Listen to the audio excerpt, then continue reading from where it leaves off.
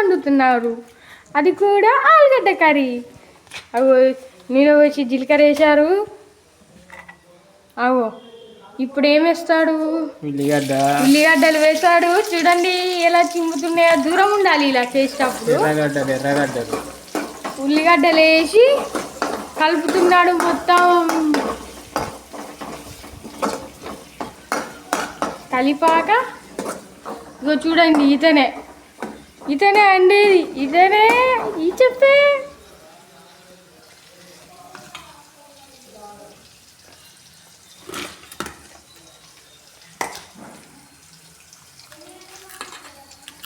కోస్తున్నాడు, పుదీనాను కోస్తున్నాడు. పుదీనాను కోసేసాడు. ఇప్పుడు పుదీనా వేస్తాడు కావచ్చు. దాన్ని కొంచెం ఆపుకోవాలి, మొత్తం అదే పుదీనా వేయాలి. పోపులా అని చెప్పవా?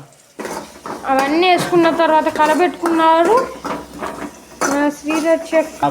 గోల్డ్ కలర్ తర్వాత ఆ కర్రీ గోల్డ్ కలర్ వచ్చేదాకా కానివ్వాలట చెప్తున్నారు. తర్వాత సాల్ట్ యాడ్ చేశారు. తగినంత సాల్ట్ వేసుకున్నాక మొత్తం మిక్స్ చేసి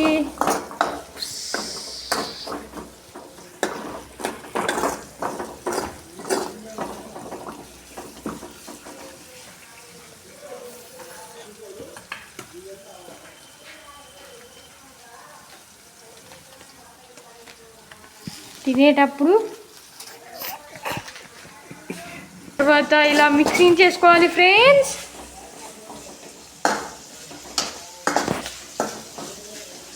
ఇంకో ఇది చూడండి మన చెఫ్ గారి ఫేస్.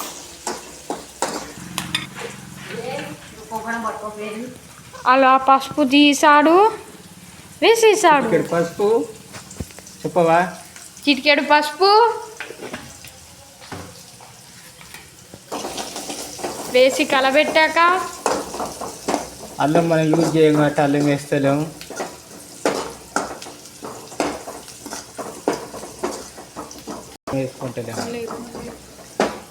ఎక్కువ అల్లం తినరు కాబట్టి వేసుకుంటారు వాళ్ళు. అల్లం తినే వాళ్ళు వేసుకోవాలి అల్లం. తర్వాత ఆలుగడ్డలు యాడ్ చేసుకోవాలి, కట్ చేసిన ఆలుగడ్డలు. ఇప్పుడు మెయిన్ పాయింట్ స్టార్ట్. అసలు కలబెట్టుకుంటూ చేయగలుగుద్ది, దాన్ని డైరెక్ట్ పట్టుకుంటే ఇలా ఏదైనా సాయం తీసుకొని పట్టుకోవాలి.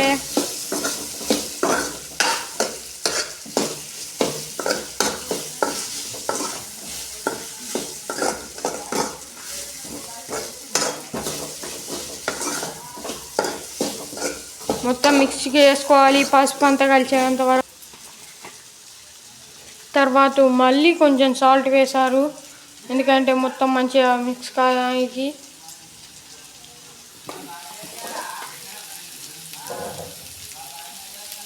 ఎంత పర్ఫెక్షన్తో చేస్తున్నాడు చూడండి ఫ్రెండ్స్.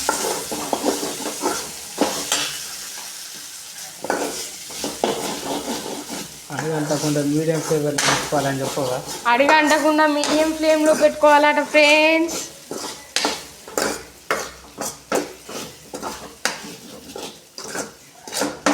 అబ్బో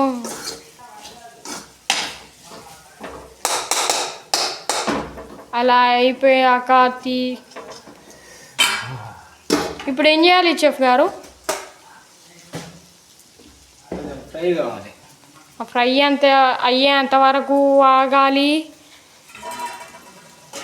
అడుగంటకుండా అలా ప్లేట్ పెట్టి, ప్లేట్లో ఇప్పుడు మన చెఫ్ వాటర్ పోసేలా పోయాలి ఫ్రెండ్స్. తర్వాత దాన్ని సరిగ్గా పెట్టుకున్న తర్వాత